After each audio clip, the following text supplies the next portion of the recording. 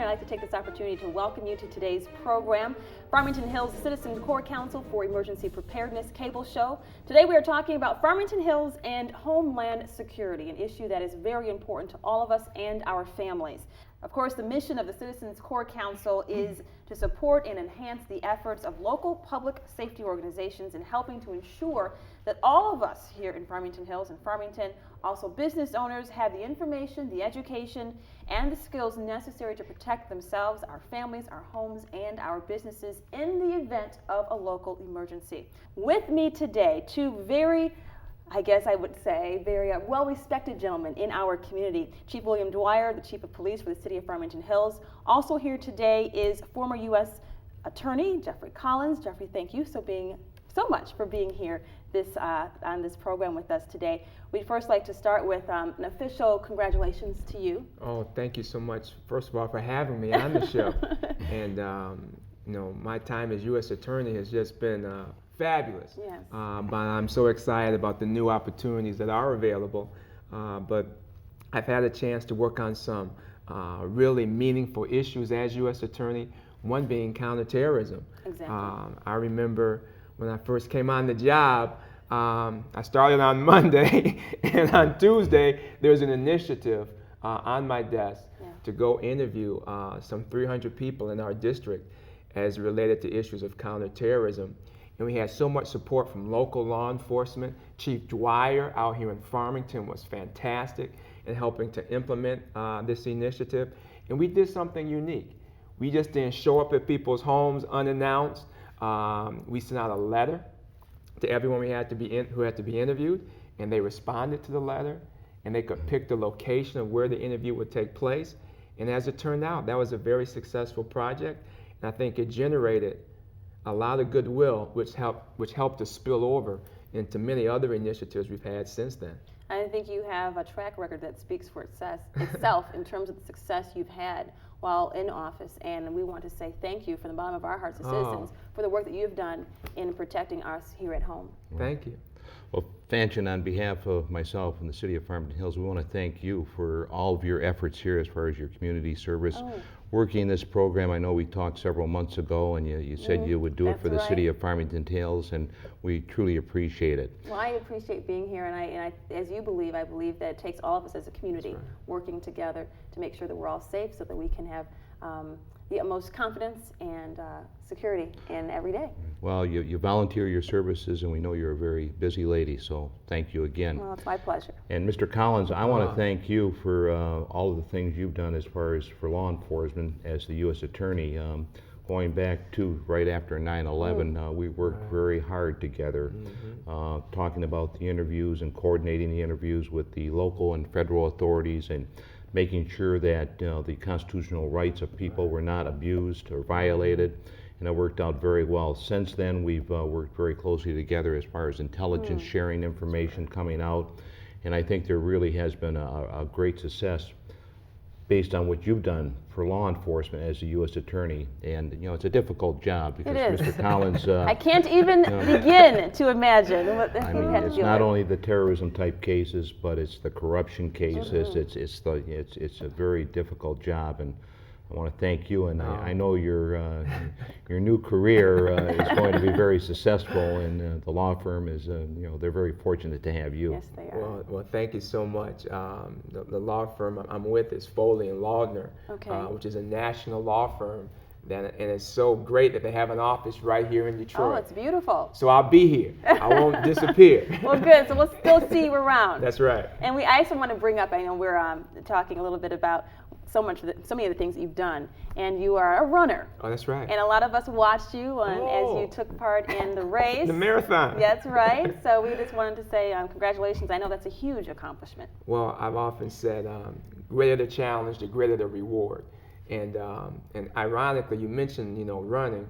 I ran in this year's Boston Marathon, and I tell you, my term as U.S. Attorney reminds me of this year's Boston Marathon. That's incredible. I mean, it was 87 degrees. Ideally one like 55. Yes. But the record temperatures and the hills made that marathon particularly challenging. Likewise, as U.S. Attorney, to have issues, post 9/11, which no other U.S. attorney really had to deal with issues like that. Definitely. Coupled with issues like the chief said, public corruption, gun violence, civil rights, all of that made this very challenging. But the greater the challenge, the greater the reward. Well, one thing that we all have in common is that we are dealing with life post 9/11. That's right. And just recently, the 9/11 Commission has issued its final report. That report is out. It criticizes government preparedness, a key issue, a key point that they say needs to be looked at nationwide. Right now, as it stands, in light of that report, should citizens feel confident that the government is any more prepared today to deal with a terrorist attack in our area? We hear so many conflicting things, and it's hard to decipher, what is fact. How secure should we feel? I definitely think the public should feel much more confident now than if you turn back the hands of time right after the horrific events of September 11th. Right now, so many local agencies are prepared. They have done a lot of field testing. They have prepared emergency response plans that they're prepared to implement if necessary.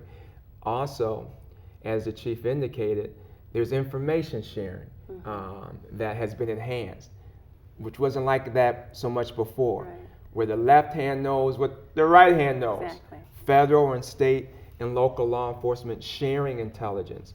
And that helps so much because so many of our cases have originated from a local tip. So everyone is working well together. The information sharing plus the emergency response plans, by all means, we're more safe now. What about the emergency response plans here in Farmington Hills? Well, it's ongoing, but let me just say this, if I could. Right after 9/11, I was invited to Washington to testify before some Senate subcommittees on intelligence information sharing. And there was no question about it that the sharing wasn't taking place. And as noted in the report now, it's very clear that the CIA was not sharing intelligence information with the FBI, and the FBI was not sharing that information with the CIA. And when you hear that, it is almost mind-blowing as a citizen to think, because you're thinking, well, of course those agencies would be collaborating, sharing information, working together. So when we heard that, I know I was shocked. It's unfortunate, but I've been in law enforcement for now 40 years, and that's been a problem for many years, even when I was in charge of the narcotic division in Detroit. But I can say without question today that intelligence information is being shared, and putting a intelligence bureau together as indicated in the 9/11 report, one person or one bureau having all that responsibility, I firmly believe is the way to go. But as far as what we're doing here in Farmington Hills, it's ongoing. I mean, our training here, for example, the emergency response to terrorism. This booklet here is a study booklet for police officers and firemen, and it's a 1-week course right now. It's just the initial course that's offered to all of the police officers and firefighters, and it's federally funded. The training that takes place is on an overtime basis. That's just one thing we're doing. That's quite a manual. It is. I mean, and of course, we're better equipping our personnel, police and fire, with personal protection equipment, which we didn't have in the past for every single officer in law enforcement and also everyone in the fire department. And of course, we're getting prepared for the Riders' Cup now. The Riders' Cup is right around the corner now. A lot of security. And a lot of security, and that's a global event. So that's just one of many things that we're preparing for.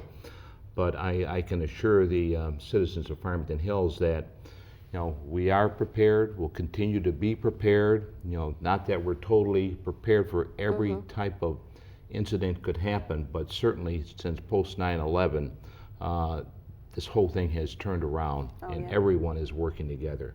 Federal, state, and local law enforcement and public safety. Well, it's great to hear that from the chief's mouth, that we are, of course, moving in the right direction, and you're here to back that up. And like you said, with things like the Ryder Cup coming to town, that gives us an opportunity to kind of put those plans into motion, test them out, in terms of being prepared, and see if we need to make tweaks anywhere. When we talk about Homeland Defense in that department, how has that department contributed to our security? Well, one responsibility that the Homeland Department has from our end, our immigration, to investigate immigration offenses, If there are aliens who are in possession of fraudulent documents, to follow up on that. People might give false statements. We want to protect the integrity, of our borders. So they have been very instrumental in our safety in that area as well. And even though they're a separate agency outside of the Department of Justice, they have been in communication, I know, with our office, with the FBI. So they're continuing to do good work. And very often you have to do more with less. Exactly. In terms of resources. But what is available, they have been able to perform well. I have a question as just a regular citizen. A lot of times we hear the cases when it comes up that an illegal alien or someone has been found to have fraudulent documents or fraudulent information. How does that come about that you're able to track that down? Because you would think, well, if someone's in their home and they have this fraudulent information, how does it get to the point where there's a tip or you get, or at this point where you get involved? There could be a tip, and we can follow up on that tip. Also, we're very conscious of people crossing the border and making sure all the documents are proper. And we take statements from individuals, and if the statements, don't seem to add up right, we'll do follow-up investigation. So all of those things might raise the antenna. So it's not that easy to get into the U.S., so to speak, as it was before. Now, no, it's not. We have what's called IBID, which is an integrated border enforcement team, where we've partnered with Canadian law enforcement officials, and we've had some successful alien smuggling prosecutions. Oh, great. Okay. Well, I know you probably want to add to this as well. Well, I was just going to say at the local level, we experience, the illegal aliens in the country, sometimes just on a routine traffic stop. Right. A patrol officer will stop a car and ask for the identification, and we'll find that we have an illegal alien in the country. How big of a problem is this?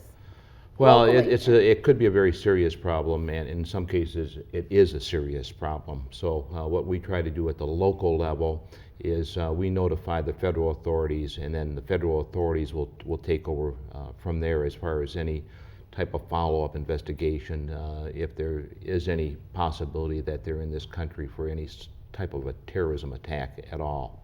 Okay. And that's part of that communication process that's been set up post 9/11, which works out very well. The police officers today are better trained and better alerted to look for identification that maybe is fraudulent, and that's part of the training that they go through is to be able to detect any illegal aliens in this country, and are they a threat? Are they a threat to this country? Are they a threat to Farmington Hills? It's so often that we hear the term profiling thrown up. So to hear you explain that there's so much more that goes into identifying illegally, it's not just looking at someone. So a lot of times we have to, I guess, make sure that we get all of the information before we're so quick to say, oh, well, this is racial profiling or something. I mean, you're looking at documents. That word profiling is a bad word. I mean, exactly. We don't profile. That's right. That's a difficult one. Yeah, it's a difficult topic, but it's something that's easy for someone to take and run with it without knowing that there's so much more involved in this process, and the officers are specifically trained to know exactly what to look for. So we want to make sure that people understand that. And we encourage also citizens, to focus on conduct. In terms of reporting incidents to local law enforcement or to police, and don't draw conclusions just based on someone's race or ethnic background. We had one case where a local citizen observed someone taking photographs of the structural components of the Blue Water Bridge up in Port Huron. So it's conduct, it's taking of the pictures, and as it turned out, that turned out to be some very valuable information. We had another, this was a local law enforcement officer who observed people loading cigarettes in a van every day over a period of time, raised his suspicion. And as it turned out, these cigarettes were being smuggled from North Carolina to Detroit, and the money was going to be used to support Hezbollah. And I remember that was a big case. It's a huge case. Yes. But what the break was local law enforcement who was there, who observed this conduct in terms of the loading of the cigarettes day in and day out. And that's based on conduct. Exactly. I don't care if you're red, white, blue, I mean, you follow up on that. Exactly. And that's what they did. So it's about activity. So Activity. in terms of moving about in our daily lives as citizens, we need to keep our eyes open in terms of suspicious activity. Now, if you feel as though you see something that's questionable, what should a citizen do? Well, it's the old eyes and ears, and we've been preaching that to our citizens and residents for years as far as crimes such as burglaries and robberies. But now we're really educating our citizens through the Citizens Corps to be very alert as far as any suspicious behavior or any suspicious actions by anyone. And I think in general, our citizens are more aware and more keen and more focused on and looking at what's happening in their neighborhoods. Maybe it isn't a terrorism, but maybe it's some type of other crime. Exactly. And that's why our crime is decreasing, because we've got that citizens involvement, community involvement, and that's the key thing. So it's not always about terrorism, but it could be about some other type of crime that you're experiencing in your neighborhood or at your business. And that's an excellent point, because I found that people are creatures of habit. Yes. And when you see things out of the ordinary, whether it's in your neighborhood or in your workplace, that you might want to follow up on that. Or if you're at a mall and you see some suspicious packaging, those are things which we ask folks to follow up on. It's better safe than sorry. That's right. And Chief Dwyer, you've trained us well, because Farmington Hills was voted one of the safest cities. We were named the safest city in Michigan Exactly. last year, and the 11th safest city nationally for our population. So that's quite an honor. We should all be proud of that, because we all have a part in that. As I want to address this next question to you, Chief Dwyer, as a member of the state planning team, how does the disbursement of federal funds, how is that handled? Well, the state planning team is comprised of 26 members, and the members were appointed by the governor, and it's a good cross-section as far as the state and the local and federal. And just recently there was awarded over $70 million that came into the state. And the state planning team, we sit down and look at the threat level to start with in the population. And that's how that formula is pretty well worked out as far as the threat level and population. Now, Detroit has a special amount of funds put aside for them because of their threat level. They're very high up there as far as vulnerability. Some of the areas such as pointed out the tunnel and things down in Detroit. General Motors headquarters, I'm sure. Exactly. But Oakland County is like second as far as the threat level in Michigan. Okay. So Oakland County received over $4 million recently. And then cities within the county also received special funding. For example, Farmington Hills received over $423,000. And so it's kind of based on that threat level and population. And the funds that came in, those funds are used not only for training, but also for equipment. But it's a reimbursement type program, which we're not totally pleased with. We would hope that that money would come in and to the local government, such as Farmington Hills. Right now we have to spend our money, then we're reimbursed, which is okay for now, but we're trying to get that changed right now. As far as the money that came into the county, that is divided up into various entities that are in need, such as police, fire, hospitals, DPW, so on and so forth. But the big priority is with the police department and the fire departments. And we're getting equipment and also training with that money. In Farmington Hills, again, locally, we're looking at the money to, first of all, an emergency generator was needed for the city, and that qualifies for that money. So, not that we have enough federal money coming in. I think that we have a lot of needs. Personal protection equipment, as I pointed out earlier, that's coming out of that fund. But certainly, we're hopeful that in the future that when Washington decides how much money is coming in, that perhaps Michigan is looked at as far as needing more funding.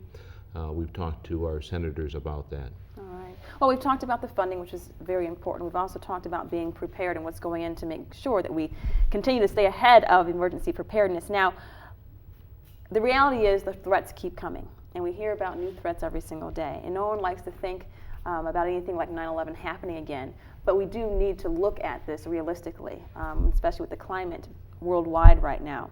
In the event there is another terrorist attack, let's say locally, maybe even nationally, what should people do? 9/11 happened, everyone was caught off guard. Now we've had, familiarity in going through something like this. What should we be thinking now in terms of looking at if this happens again? Well, I think the first rule of business would be don't panic and try to gather information before you make some decisions. But one thing people can do in preparation is to put together a family emergency plan where you have phone numbers are accessible. You may have if there's power problems here, there might be someone out of state or an out-of-state friend who can be designated as an informational point of contact. You want to let your children, you want to speak with your family, with your kids, to let them know. And you can never start too early in terms of speaking with your children, I would imagine. I think that not to frighten them, right, but to inform them that if someone else might come and pick them up from school. Exactly. That could be a part of your family emergency plan. They will know who's the backup ride. Have battery-operated radios, right, flashlights accessible, things like that. Okay.